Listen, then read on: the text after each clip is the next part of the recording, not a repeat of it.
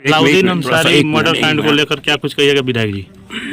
हमको कल शाम को पता चला, हमारी पार्टी के लिए कमेटी के सदस्य नईमुद्दीन जी ने फ़ोन किया। अभी सिवान सदर ब्लॉक को जो ग्रामीण इलाका है उसको देखते हैं पार्टी की ओर से। आज मैंने आया और यही बात सही है कि बहुत दुखद घटना है। इस घटना की जितना भी निंदा की जाए कम है।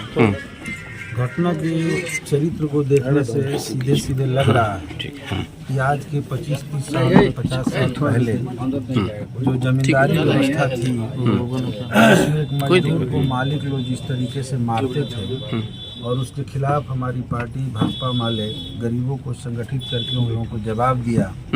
हम लोग देखें कि आज वो घटनाएं नहीं हो रही हैं, लेकिन उसी घटना को याद को ताज़ा कर दिया है।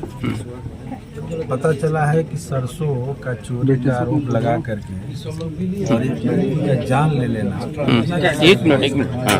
अच्छा सर, ये सरकार का जो दावा होता है कि हमारा विकास गरीबों तक पहुंच रहा है, आज के दौर में भी अगर कोई मजदूरी कर रहा है, बटाईदार रोप रहा है और उसके साथ इस तरह का अगर जुल्म हो जाए तो इसको आप लोग क्या कहेंगे? क्योंकि आप लोग गरीबों की लड़ाई लड़ते हैं, उसके बाद भी अगर इस तरह की व्यवस्था है क्या कहेंगे इसको आप लोग? हमारी ही पार्टी है जो बटाईदारों के हक के लिए लड़ती है, भूमिहीनों के हक के लिए लड़ती है। और हम लोगों ने तो इस पर जो है बजाबते डी बंदोपाध्याय का जो रिपोर्ट है नीतीश जी से मांग किया था कि सार्वजनिक कर दें और उसको उनके अनुशंसा को लागू करें। और हम लोग यहाँ तक मांग किए थे कि बिहार में बंदोपाध्याय ने बता दिया है कि बिहार में 21 लाख एकड़ जमीन जो बड़े लोगों के दबंगों के कब्जे में है, उस जमीन को अगर सरकार निकालती है और निकाल करके जमीनों में बांट देती है तो एक भी आदमी जमीन के बिना नहीं रहेगा। और आज जो ये जो घटनाएं हो रही है, हम लोग तो यहाँ तक देखते हैं कि कोई बकरी चराने ले जाता है, कोई गाय भैंस ले जाता है तो उसको भी घेर करके जमींदार लोग मारते हैं। तो अगर ज़मीन मिल जाए तो अपने खेत में बकरी भी चराएगा, अपने खेत में गाय भैंस भी चरा लेगा, थोड़ा सा उसको हिस्सा अगर ज़मीन मिल जाएगा तो अपना खेती भी कर लेगा। ये तो बहुत ज़रूरी मांग था। 3-4 दिन पहले आपने सदन में आवाज़ उठाया था नजीब कुरैशी को लेकर के, और उसके बाद फिर ये घटना हो गई। तो इसको क्या कह रहे हैं? कोई राजनीतिक है या लोगों की मानसिकता बदल चुकी है या लोग अब इंसान को इंसान समझना ही नहीं चाहते हैं? देखिए, जब से नरेंद्र मोदी जी के नेतृत्व में भारतीय जनता पार्टी की सरकार देश में बनी है, उन्होंने उनकी पार्टी ने सरकार ने 2 काम शुरू किया है। एक तो उनके जो अपने संगठन है, भीतरी संगठन आरएसएस है, बजरंग दल है, हिंदू युवा वाहिनी है, विश्व हिंदू परिषद है, इस तरह के हजारों के संख्या में छोटे छोटे संगठन उन लोगों ने खड़ा किया है। और उसका एक ही काम है कि समाज में नफरत फैलाना, समाज में मुस्लिम के खिलाफ द्वेष फैलाना। और मॉब लिंचिंग की कोई नई घटना नसीब कुरैशी का नहीं है, पूरे देश में मॉब लिंचिंग की घटना हो रही है। राजस्थान में, ये पहले सुन लीजिए, ये पूरे भाजपा की राजनीति का हिस्सा है। तो सीधे तौर पे केंद्र की नरेंद्र मोदी सरकार और उसके जो अंदरूनी संगठन है, जो मदर संगठन कहते हैं आरएसएस, ये लोग हैं जो पूरे देश के माहौल को बिगाड़ करके रख दिए हैं और पूरे देश में अल्पसंख्यक को निशाना बना करके ये साजिश कर रहे हैं कि हम हिंदू ध्रुवीकरण करके राजनीति करें। इसलिए इनको न जनता से लेना देना है, न किसी जनता की समस्या से लेना देना है। और उसी राजनीति की एंटी मुस्लिम पॉलिटिक्स जो चलाया जा रहा है, घृणा फैलाया जा रहा है, हेट पॉलिटिक्स, उसी का। तो सर, ये अलाउद्दीन अंसारी की हत्या किस संगठन ने किया है? देखिए, अलाउद्दीन अंसारी की हत्या का भी तो और भी जांच की ज़रूरत है कि किस भावना से किया गया, लेकिन यहाँ तो उस तरह की चीज़ अभी कम दिखाई दिया है। और अगर कोई मुसलमान है, कोई हिंदू है, तो उसको सांप्रदायिक नज़रिए से हर घटना को देखना उचित नहीं है। इसको हम लोग देखते हैं कि भाई एक मानसिकता जो सामंती है उसी का परिणाम है। लेकिन वो जो नसीब कुरैशी की घटना है वो शुद्ध रूप से, तो ठीक है, वो हम समझ रहे हैं, लेकिन इसको संगठन की बात अपने कहा सर, इसको किस संगठन के रूप में देखेंगे? ये कौन संगठन लोग हैं जो कि अलाउद्दीन अंसारी की हत्या कर दिया? उसे जोड़ करके देखते हैं, इसलिए मैंने कहा नसीब अंसारी की नसीब कुरैशी की बात आपने पूछा इसलिए उस बात को मैंने कहा। यहाँ की घटना का भी तो हम लोग आए हैं, यहाँ जानकारी हुई है अलाउद्दीन जी की हत्या हुई है और मामूली सी छोटी सी सरसों के लिए लेके हुआ है। तो इसके भीतर किस तरह के संगठन का है यह हम नहीं कह रहे हैं। हमने कहा कि एक शुद्ध रूप से सामंती और जमींदारी मिजाज जो लोग होते हैं उनके द्वारा किया गया घटना है। उनके मोच के, उनके शान के खिलाफ ही लोगों ने टोक दिया कि यहाँ दारू मत पीजिए, तो एक बहाना बना करके मार पीटा गया। और पंचायती जब लोग बुलाए तो भी उनके शान के खिलाफ था, इसलिए वो लोगों ने। अलाउद्दीन अंसारी की बच्ची ने एक सवाल कहा है, कल हम जब रिपोर्ट ले रहे थे उसने कहा है कि जिस लड़के ने, जिसके पिता ने हमारे पिता की हत्या की है, उसने यहाँ तक कहा है कि हम तुमको मतलब उठा के लेके चले जाएंगे, फूंक देंगे, हमारे पास इतना पैसा है। तो ये घमंड सर किस चीज का है, इसको जरा बताइएगा।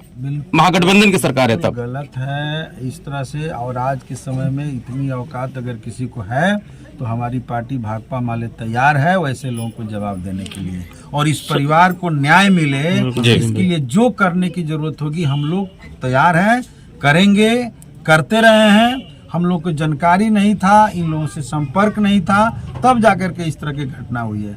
ये आज के समय में। और जहाँ तक सरकार की आप बात कर रहे हैं तो 6 महीना पहले तक तो भारतीय जनता पार्टी सरकार में शामिल थी जी। सारे अफसर और सारे प्रशासनिक अधिकारी अभी उसी के दौर के हैं। मानसिकता भी उनकी सांप्रदायिक ही है और जमींदारी वाला है।